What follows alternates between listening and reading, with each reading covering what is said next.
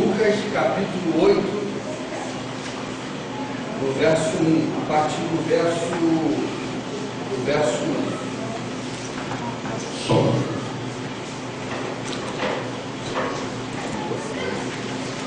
Lá na base. Vamos lá. Aconteceu, depois disto, que andava Jesus de cidade em cidade e de aldeia em aldeia, pregando e anunciando o Evangelho do Reino de Deus. E os 12 iam com ele, e também algumas mulheres que haviam sido curadas de espíritos malignos e de enfermidades. Maria, chamada Madalena, da qual saíram 7 demônios, e Joana, mulher de Cusa, procurador de Herodes, Susana e muitas outras, as quais lhe prestavam assistência com os seus bens. Ok? Até aqui. Irmãos, esse texto, ele descreve para nós, assim, de forma bem resumida, né, algumas coisas interessantes sobre o ministério de Jesus.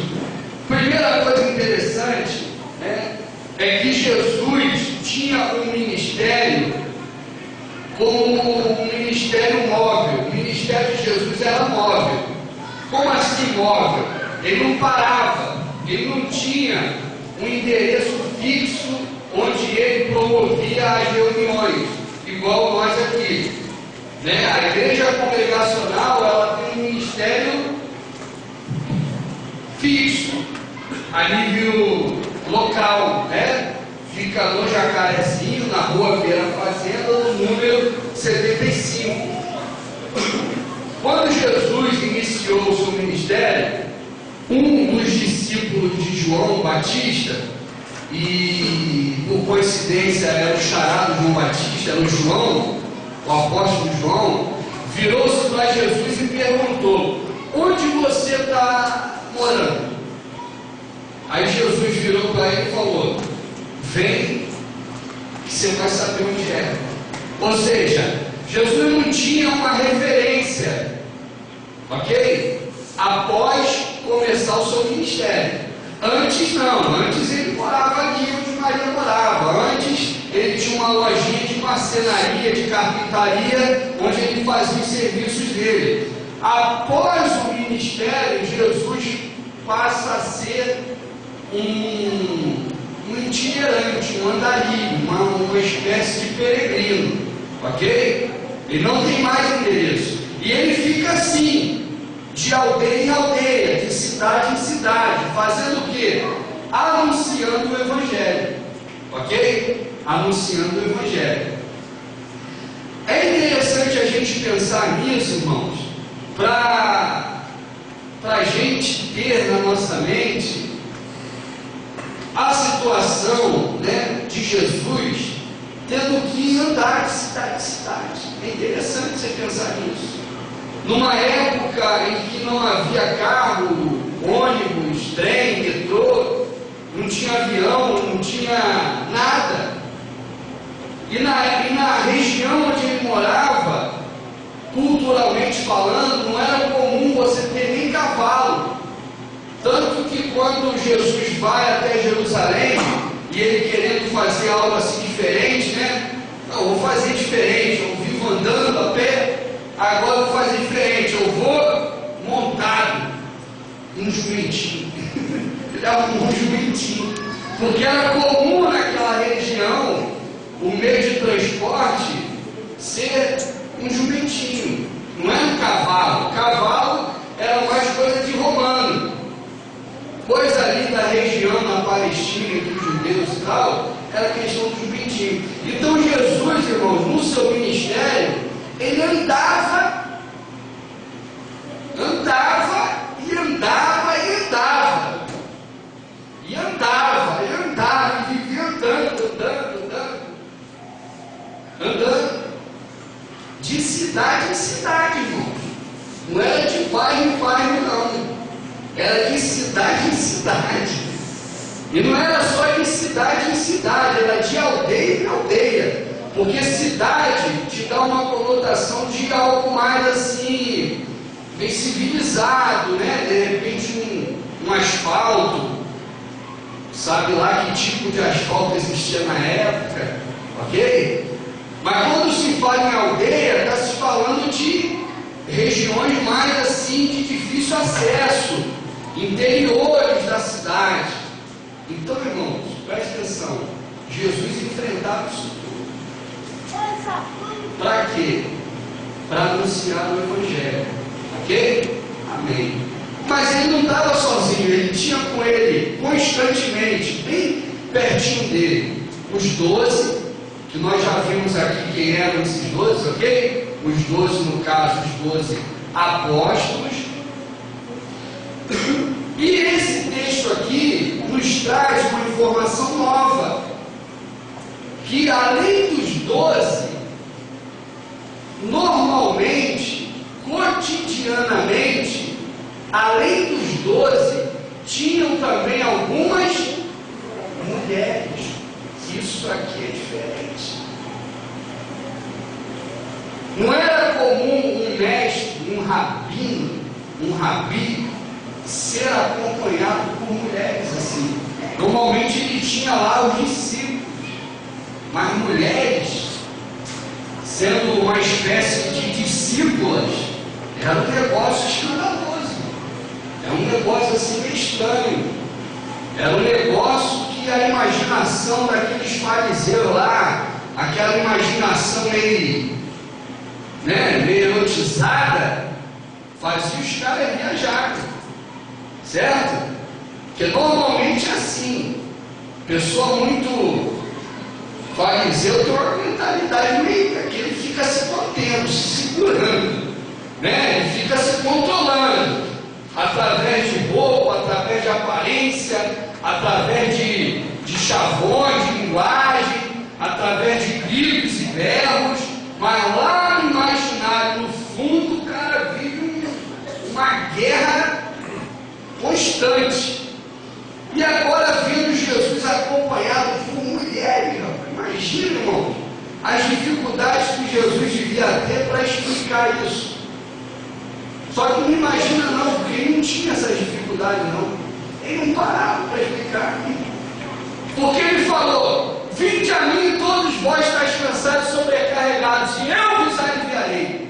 Ele não falou: vinde a mim todos os homens sobrecarregados e eu vos aliviarei. Ele falou: vinde a mim todos vós.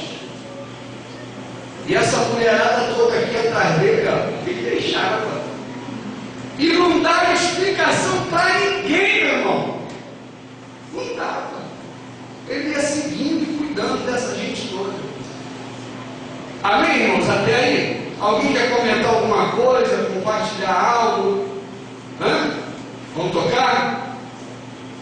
Tem algo aqui no texto, irmãos, que de um outro aspecto do ministério de Jesus, que é o seguinte: primeiro, é mencionado aqui, aí eu quero só passar por isso. Se você quiser aprofundar um pouco mais, a gente aprofunda, vai depender dos irmãos.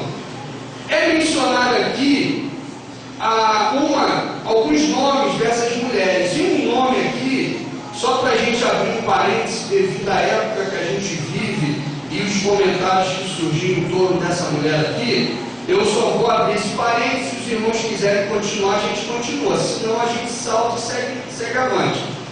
Essa mulher aqui, ó, Maria chamada Madalena, ou seja, Maria Madalena. Dentre as mulheres que seguiam Jesus com muita proximidade, irmãos, essas mulheres ali, elas eram uma espécie de apóstolas, no sentido de proximidade de Jesus.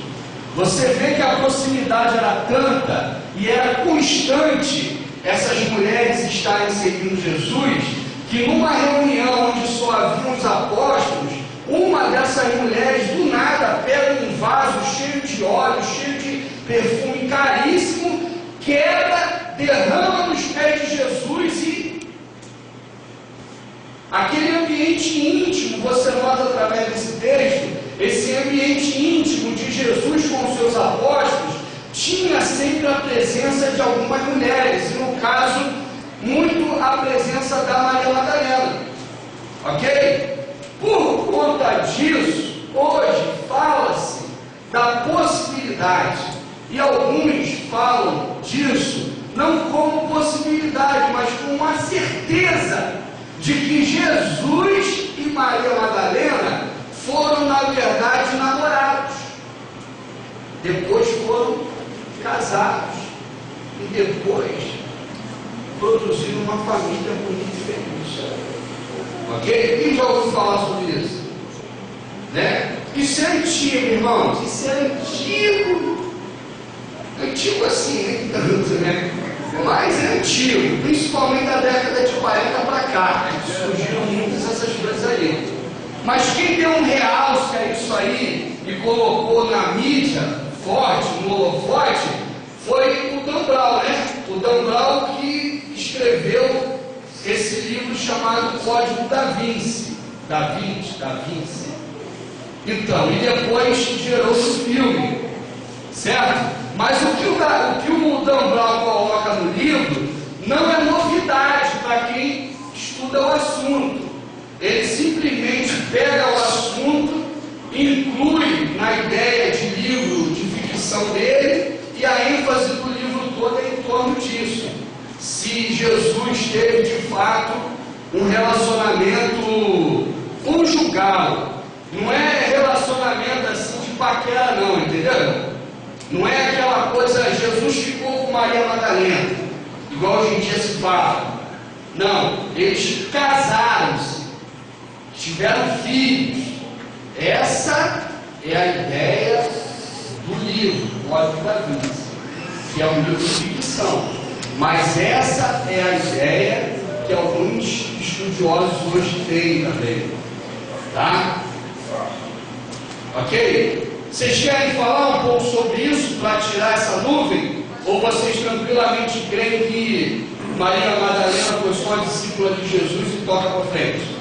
Você quer destrinchar só para entender o porquê que falavam isso? Por que estão falando isso? Fala, irmã. Faz. Não precisa não. Tem alguma brecha na Bíblia que vai dizer? Na Bíblia não. Para mim não tem não. Hã? Não, para nenhum de nós aqui é. Não, né? Tem alguém aqui que acha que houve? Não, pode ser honesto, não tem. Ninguém vai. Mas talvez eu acho que teve alguma coisa, não. Não acho que teve. Não acha? Não, tudo bem, mano. Claro. Isso, não, a pergunta da irmã é totalmente coerente. Seria algo que baseasse esse pensamento.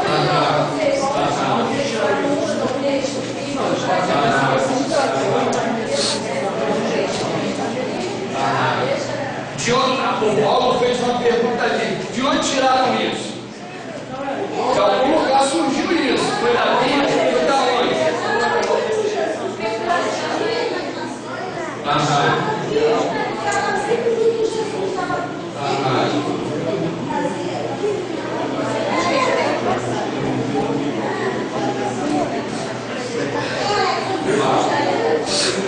Tem gente aqui, ó, vamos concentrar aqui, aí você pede para comentar, tá? Mas a gente vai, mesmo que os irmãos queiram falar disso, eu estou vendo que estão querendo, a gente não demora, em 2 minutos eu falo para você e o assunto demora, você vai ver só, mas fala.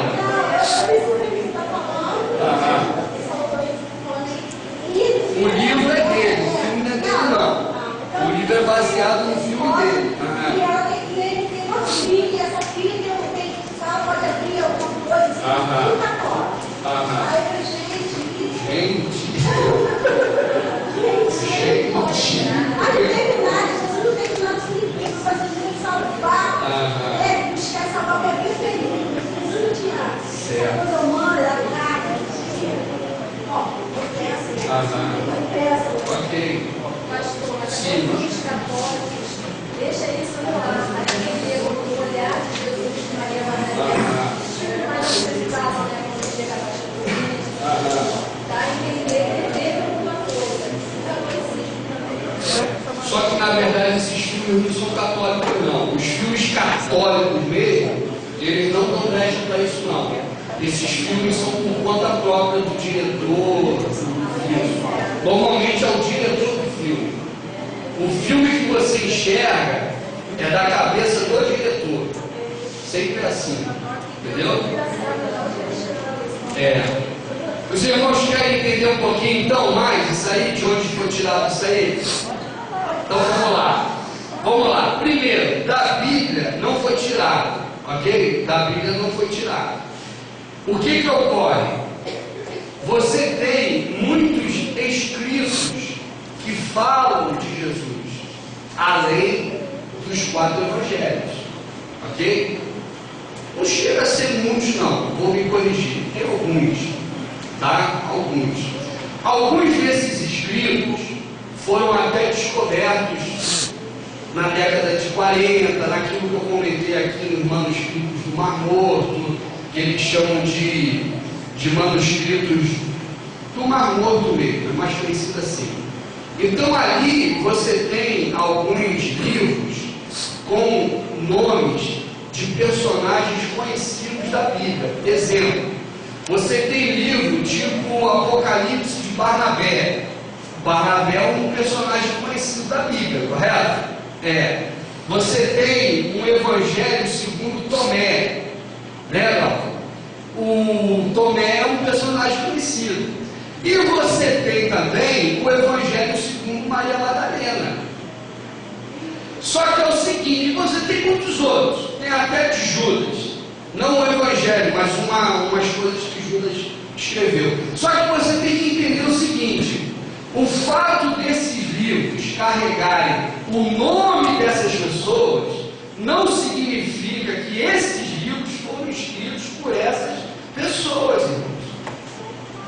Tá? Não significa, porque você está falando de uma outra época, uma época em que escrever um livro não significava ganho financeiro, não significava ter um contrato milionário com alguma editora e você brigar por direito autoral, não significava isso. O cara escrevia a ideia, escrevia a interpretação, e muitas das vezes, para aquela ideia dele, para aquele livro dele tomar um vulto maior, ele colocava um codinome, né? Mas que fosse um codinome conhecido, certo?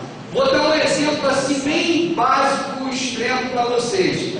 Quem já ouviu falar de Shakespeare? Todo mundo, né? Shakespeare, a obra de Shakespeare. Há quem acredite que Shakespeare realmente nunca existiu. A pessoa Shakespeare. Há quem acredite que Shakespeare foi o codinome de alguém. E esse alguém escreveu todas aquelas obras e não quis se identificar. Ele quis se tornar famoso com o codinome dele. Ok, irmãos? Então, assim, todos esses escritos aí, mesmo sendo escritos antigos, e nenhum deles são tão antigos ao ponto de você datar que eles foram escritos mais ou menos ali na época em que os discípulos, os apóstolos ainda viviam. Todos foram escritos pós-século I.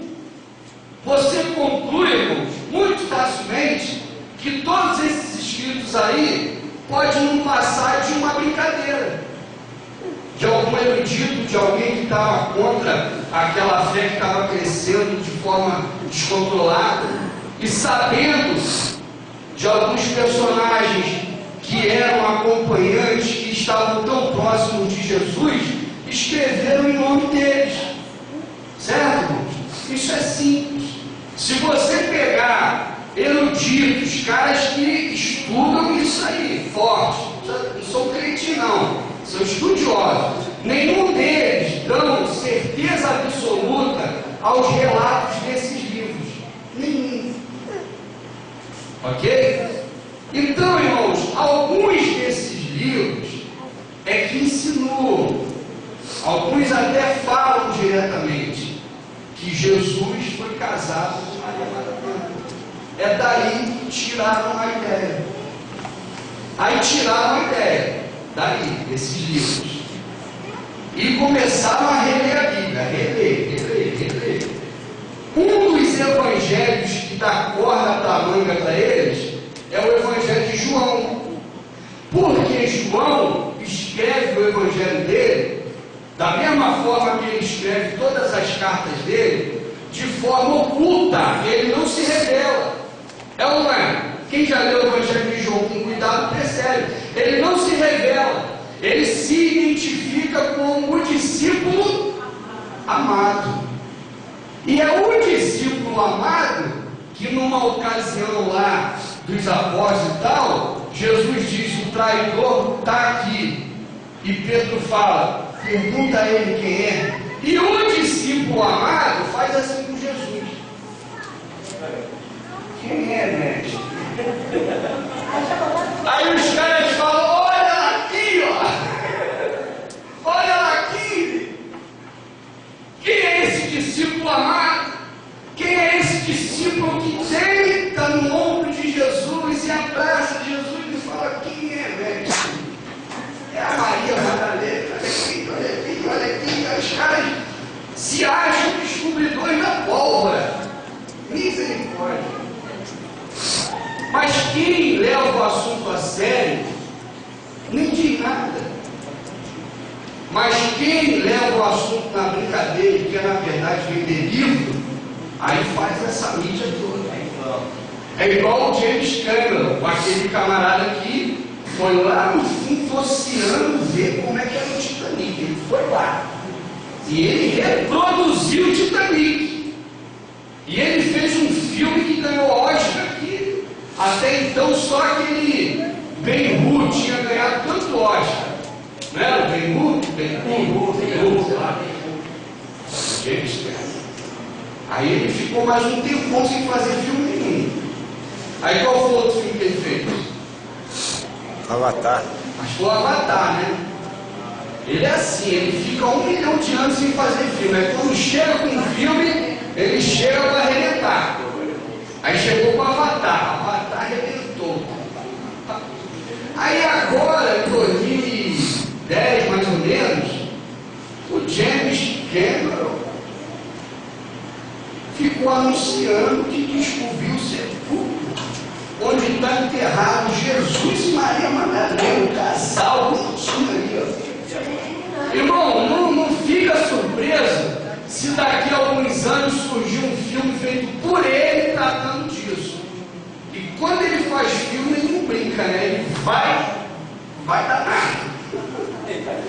Ele mergulhou lá no oceano e viu o Titanic. Aí era assim, ó.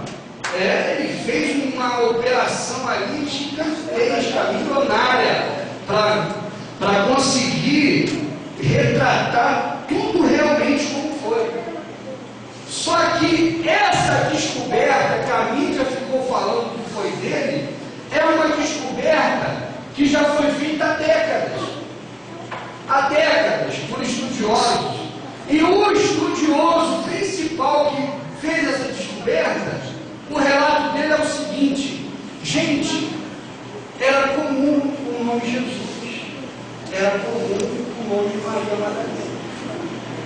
Aí daqui 2000 anos se encontram no sepulcro Alex e Patrícia. É o Alex, é a Patrícia, e o osso dele aqui, é o osso dele, é o osso do Alex. Ô, irmão, vamos levar as coisas a sério, né? Ô, Dambal, você nem fala o nome dele. Vamos levar as coisas a sério, né? Só que o Dan Brown, irmãos, ele é escritor, então ele tem a liberdade de escrever o que ele quer, de colocar, de fazer ficção. Só que, tadinho, ele acredita nessa teoria. O problema dele maior é esse. Ele acredita. O outro lá também acredita, o James, cara. E muitos acreditam. Só que a tentativa deles, irmão, na verdade, é uma tentativa desenfreada dessa geração.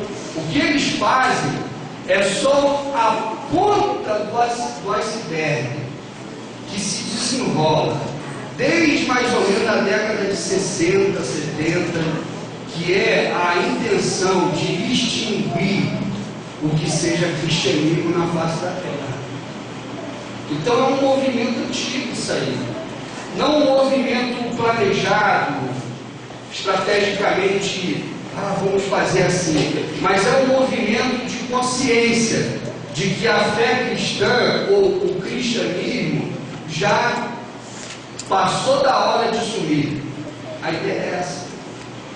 Então esses caras todos, eles são motivados por uma intenção de querer provar que o cristianismo é algo falido, é algo que não dá em nada, é algo que só fez atrasar a humanidade, que só fez atrapalhar a humanidade e que a humanidade agora está num ponto de amadurecimento que pode andar sozinha sem o cristianismo.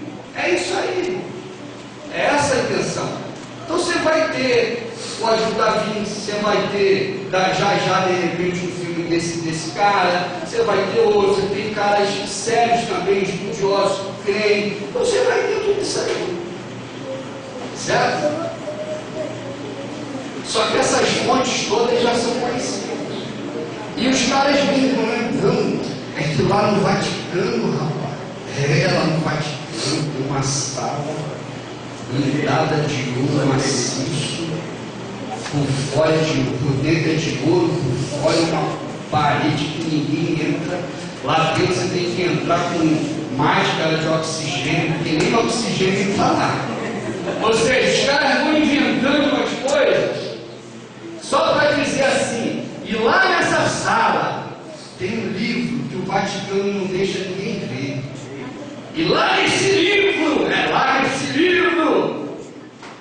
que está toda a verdade acerca de Jesus. Aí os incautos, os caras envolvidos que não sabem nem ler um livro de ficção, o cara já não sabe ler coisa séria. E vai ler ficção, nem sabe também ler o que é ficção. Aí fica todo perturbado. Entendeu? Que o Vaticano quem sabe para nada. As coisas estão muito abertas de conhecimento, graças a Deus por isso. O que existe é muita manipulação, que é coisa diferente. Mas que o conhecimento está aberto, está aberto. Você pega um site tipo aquele do Wikileaks, né? Aquilo ali transmite informações, assuntos que de fato são informações super, hiper secretas. Agora dizer que Vaticano protege, guarda, não sei o que, isso tudo é balé, meu irmão, não tem mais não. Depois da Segunda Guerra Mundial tudo ficou aberto. E hoje, através de aparelhos que te dão quase que online, quase que simultaneamente a informação, não dá mais, entendeu? Hoje a humanidade vive num ambiente do conhecimento. Hoje não tem mais como você esconder conhecimento, não tem mais.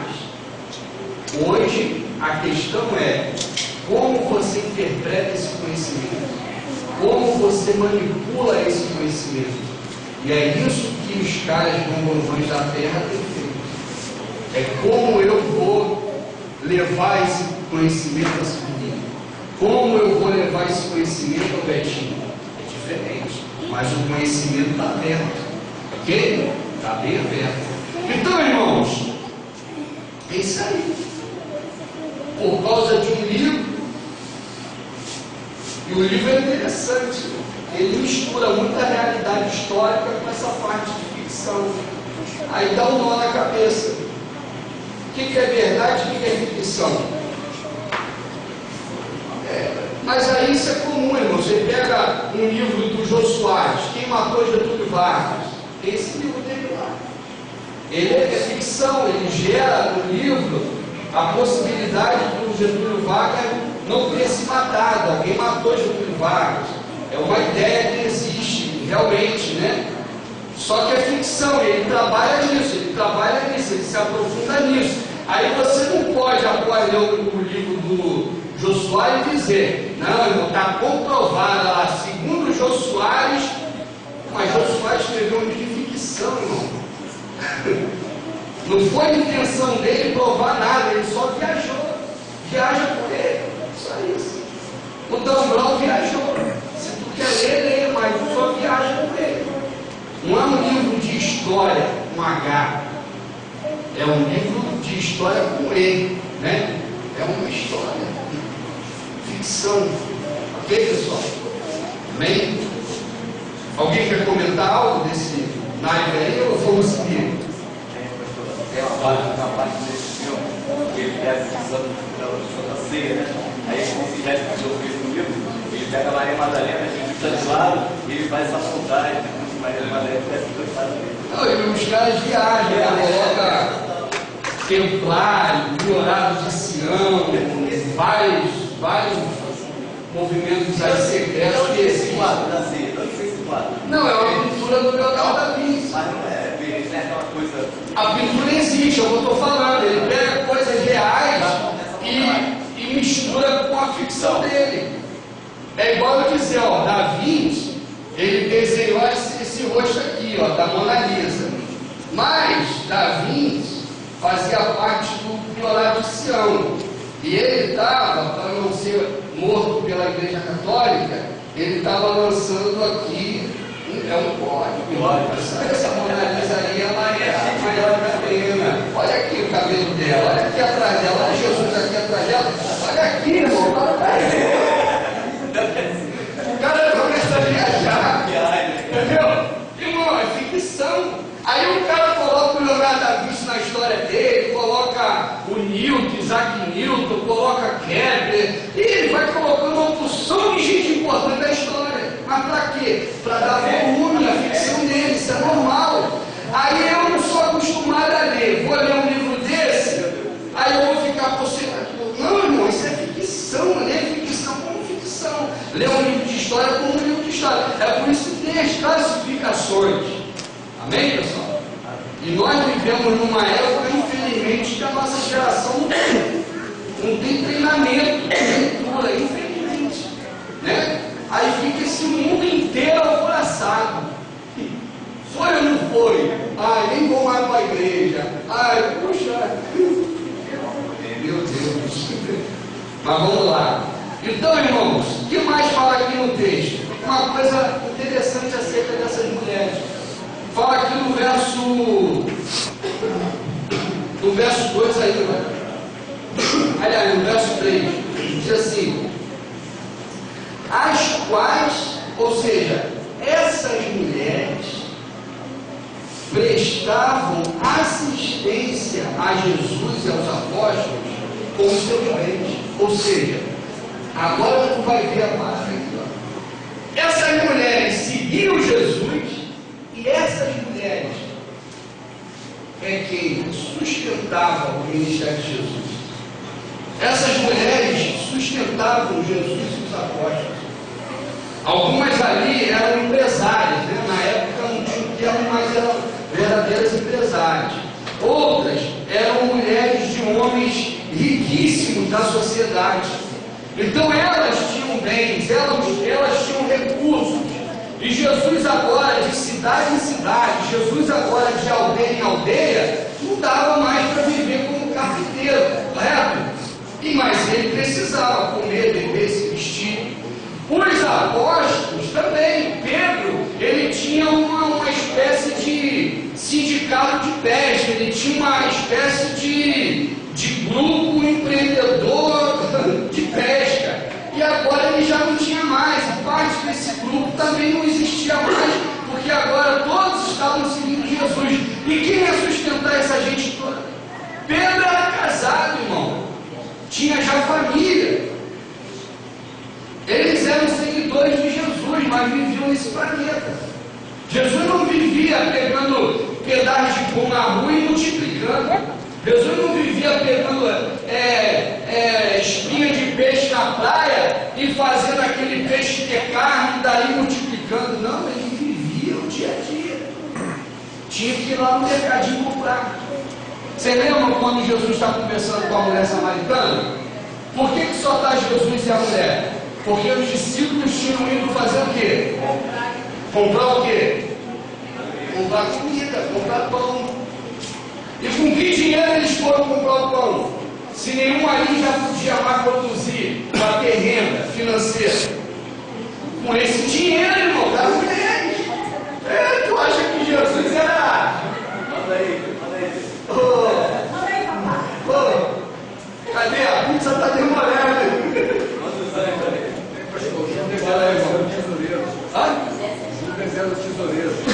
Exatamente, tinha todo um trâmite de oferta, de entradas, de valores, de dinheiro, de várias formas, e Judas era o tesoureiro.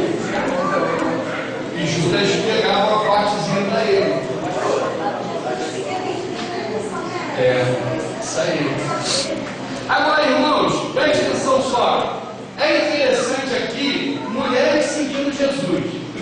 Fica mais interessante ver que essas mulheres sustentavam o ministério de Jesus. Jesus era um negócio para a época dele, é um escândalo. Eram discípulos. Eram discípulos. Seguiam Jesus ali direto e com o que elas tinham de bens, serviam. Ok? Será que era comum naquele tempo? Não, é. Você tem o apóstolo Paulo, tendas, recebia ofertas das igrejas. Comum o que o irmão fala? Era comum as mulheres, para junto com eles, cantando. Era comum na fé de Jesus, mas na época não. Mulher tem que dizer nem que eram situações isoladas. Por exemplo, Jesus teve esse aglomerado de mulheres, bem dizer, autônomas, porque ele abriu espaço para isso. Ele abriu. Então ele conseguiu ter, vamos supor, Jesus conseguiu ter como discípulas várias mulheres que eram dinâmicas na sociedade. Mas normalmente essas mulheres dinâmicas, elas viviam distantes umas das outras, isoladas. De um modo geral, a sociedade, no aspecto de valores em relação à mulher, você tem uma ideia, a mulher não era nem contada, irmão. A mulher não era nem contada, só os homens eram contados. Então por aí você vê. E já com Jesus, as mulheres seguiam, sustentavam e eram mencionadas. Paulo faz a mesma coisa, menciona. Mas tudo isso, irmã, naquele ambiente de fé em Jesus. No ambiente do judaísmo normal, você pega um sinédrio, por exemplo, não podia ter mulher membro do sinédrio. Entendeu? Então, assim, isso era comum, foi ficando comum entre os seguidores de Jesus. Mas na sociedade, de modo geral, não. Até hoje é complicado. Jesus ele também pode quebrar isso, né? Essa cultura que existia, né? Com certeza. Tanto que Jesus igualou. Irmão, Jesus ele não tem uma palavra dele fazendo distinção do que seja mulher, do que seja homem. Do que seja um homem na sua importância social, do que seja a mulher na sua menor importância social. Jesus não entra nesse mérito. Agora, em torno dele é o que mais existia. No judaísmo, né? Você vai ter muito isso na própria lei, né? Você vai ter esse aspecto também. Mas aí a gente lembra que a revelação de Deus na Bíblia ela é progressiva. Então você entende, aqui é o momento da revelação. Em Jesus as coisas se tornam plenas. E na plenitude, mulher e homem são iguais. A diferença pode ocorrer no aspecto funcional, né? Vamos pegar esse banco aqui. Betinho, chega aí, me ajuda. Eu não vou virar. Vamos pegar esse banco aqui. Solange, ajuda aí. Um Betinho ali. Então, funcional, até com um aspecto de bom senso natural, há diferença entre homem e mulher. Mas num aspecto de valor social, não há diferença. E Jesus, para ele, isso não era nem tema de discussão. Ele nem fala do assunto. Nem fala. Para ele era claro, homem e mulher, ambos semelhança da imagem de Deus, matou a sua. Só que, irmãos, rapidinho, Jesus aqui, ele é sustentado por mulheres. Esse sustento que chega a Jesus, ele não tem nomenclatura. Você reparou? Reparou? Não ficaria mais ajustadinho se Lucas, ou então foi distração de Lucas. Vamos pensar aqui juntos. Ficaria mais encaixadinho naquilo que a gente entende das coisas do reino de Deus se Lucas colocasse assim: essas mulheres entregavam suas ofertas e dízimos a Jesus. Não é? Por que não tem nomenclatura, irmãos? Mas eu queria abordar isso rapidamente, para os irmãos trazerem para a mente e a gente depois esmiuçar mais, à medida que os irmãos quiserem. A questão de dízimo e oferta. Os irmãos não lembram que a gente comentou que à medida que a gente fosse caminhando com Jesus, vários temas e assuntos iam surgindo? Quando eu encontro mulheres entregando a Jesus parte dos seus bens, eu entendo que está se falando de valores financeiros. Valores financeiros que podem, no caso aqui, eram apresentados através de algum dinheiro, alguma moeda corrente da época, ou não, através de algum bem, um pedaço de pão, um quilo de arroz, um peixe, uma carne, alguma coisa. Mas independentemente do produto que fosse, a questão fica uma só: eram bens financeiros. E por que aqui não é dito oferta e nem dízimo? Oi, irmã? Não é por isso. Pastor, Quem disse que ela não trabalhava? Algumas ali eram empresárias, irmã. Maria Madalena.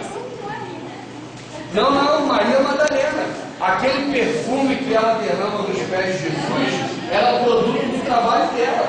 Ela vivia vendendo aquilo. Ela produzia aquilo.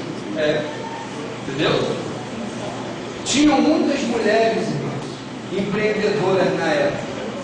E Jesus, por ter essa abertura, ele pôde ter várias delas seguindo eles. A Priscila era fazedora de tenda. Você pega João, a mãe do Marcos, lá no livro de Atos, no capítulo 2, eles estão reunidos num lugar chamado cenáculo. Esse cenáculo era uma espécie de laje, uma laje muito grande, que a mãe de Marcos tinha. E a mãe de Marcos, tudo indica que ela era uma espécie de empreendedora também. Ela tinha lá a autonomia dela, não dependia de marido não, ela tocava o barco. Entendeu? Algumas ali não, tipo, é mencionada aqui uma chamada Susana, outra chamada Joana, Joana e Joana, mulher de Cusa, procurador de Herodes. Com certeza, essa aqui era madame. Essa era a madame. Mas a Maria Madalena, por exemplo, num contexto de todos os evangelhos e num contexto até da história da igreja, irmão, tem que levar em conta a questão da história da igreja, ok? Até ali, por exemplo, no período do que eles chamam de os pais da igreja, que eram aqueles líderes que alguns até conheceram alguns apóstolos, você tem muita coisa escrita relatando sobre esse pessoal. Então muita gente aqui tocava o barco, metia o pé no acelerador, e tocava, entendeu? Então não é de hoje, não tem mulher, entendeu? Já de um tempo. Fala aí. Essa questão aí, pastor, seria para quebrar aquele rótulo de obrigatoriedade, porque de repente, vamos supor, se ele citasse o nome dízimo e oferta, continuaria com aquele rótulo de obrigatoriedade. E ele, de repente, colocando essas palavras, foi como se fosse Jesus querendo ensinar a igreja ou os seguidores dele uma forma diferente, uma forma que ele veio implantar, né? Na verdade, desde da fundação de tudo, sempre Jesus veio revelar isso pra gente, que realmente é a vontade de Deus. E seria ele colocando com essas palavras a verdadeira oferta, o verdadeiro dízimo, a verdadeira contribuição, que era a necessidade do momento. O que seja, não somente aquele rótulo, o dízimo e a oferta. Já fiz minha parte, eu estou dando o que eu tenho. Agora é com vocês. Ela não, ela com todo amor, ela pegava pela necessidade deles ali e não estipulava valor, não estipulava trabalho, era por amor. Irmãos, tempo é curto. Eu vou propor aos irmãos, através desse momento aqui de Jesus e desse texto aqui, de contribuições financeiras que Jesus recebia, dá muita margem boa para a gente tratar a questão dízimo e oferta conforme Jesus. Ok?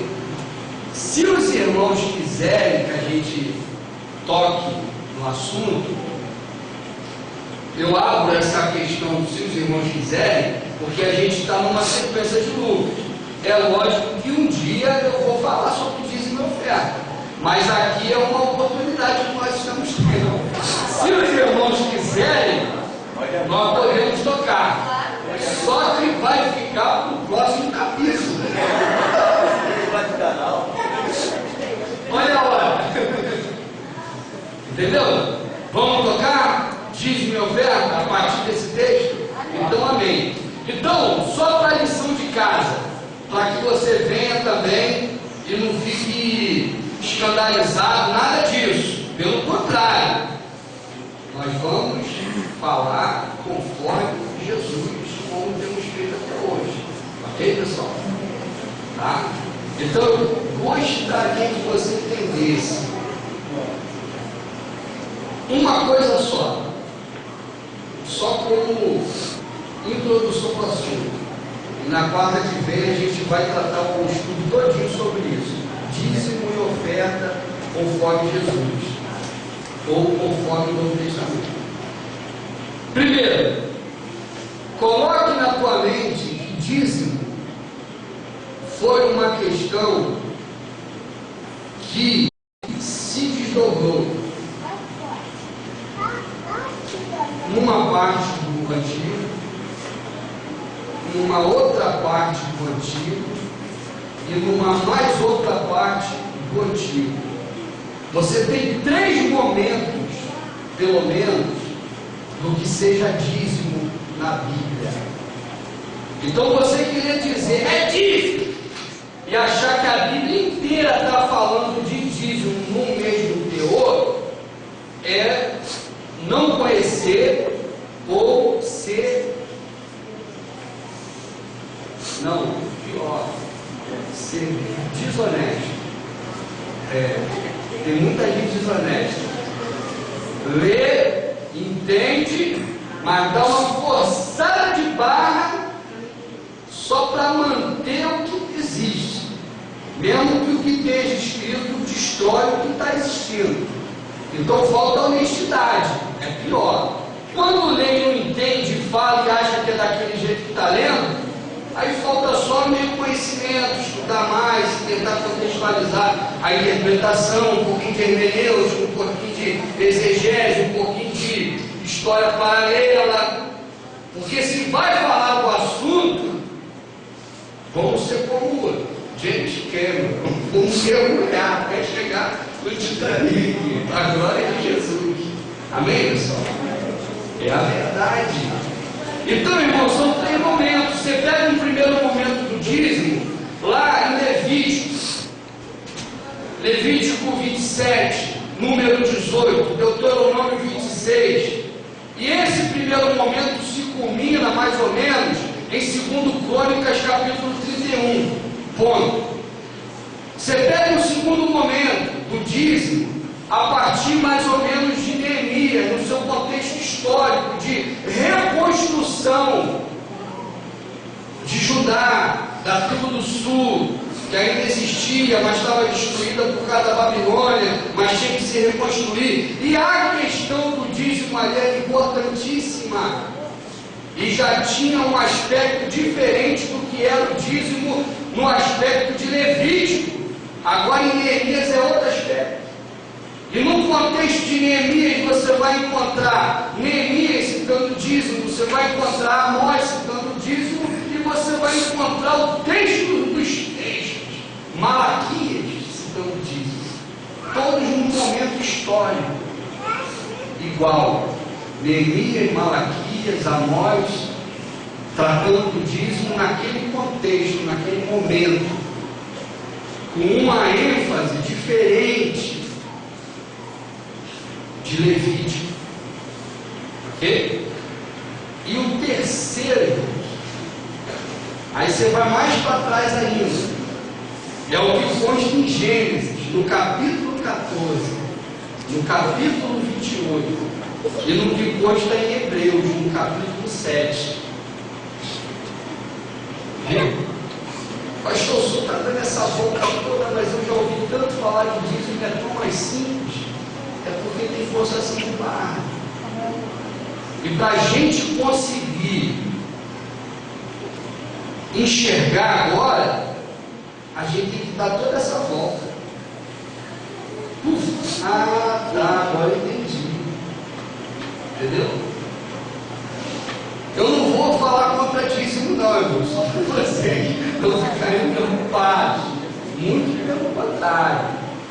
Eu vou falar muito a favor. Eu vou falar muito a favor da oferta. Mas conforme Jesus. Ok? Conforme Jesus. Conforme o Evangelho. E só para você meditar, pega Gênesis capítulo 14, pega Gênesis capítulo 28, junta com Hebreus capítulo 7, é mais ou menos o padrão de dízimo que hoje nós temos para vivenciar, ok? E a gente vai falar disso na quarta que vem, de forma bem objetiva, não pensa que vai dar nó na tua cabeça não, vai não, tá bom gente? Vai ser muito simples. A gente, irmãos, nós temos tido a oportunidade de tratarmos assuntos assim, assuntos pouco tratados, mas que são assuntos muito necessários na igreja atual. Falo igreja atual, me referindo à nossa e à tua igreja, certo? E esse assunto dízimo, oferta, tem sido também, porque o assunto dízimo e oferta tem sido talvez um dos assuntos que mais tem provocado escândalo, que mais tem se tornado pedra de tropeço para muitos, certo? E a gente vai tratar isso aí com muita tranquilidade, paz e amor no coração, ok? Tá bom, gente? Vocês topam fazer a viagem? Aliás, eu estou topando, né? Vocês aqui já. Então, amém. Ok? Então, ó, quarta que vem, aqui, 8 horas da noite, dízimo e oferta, conforme Jesus Cristo no Evangelho, para a glória de Deus e para a edificação e riqueza nossa. Riqueza até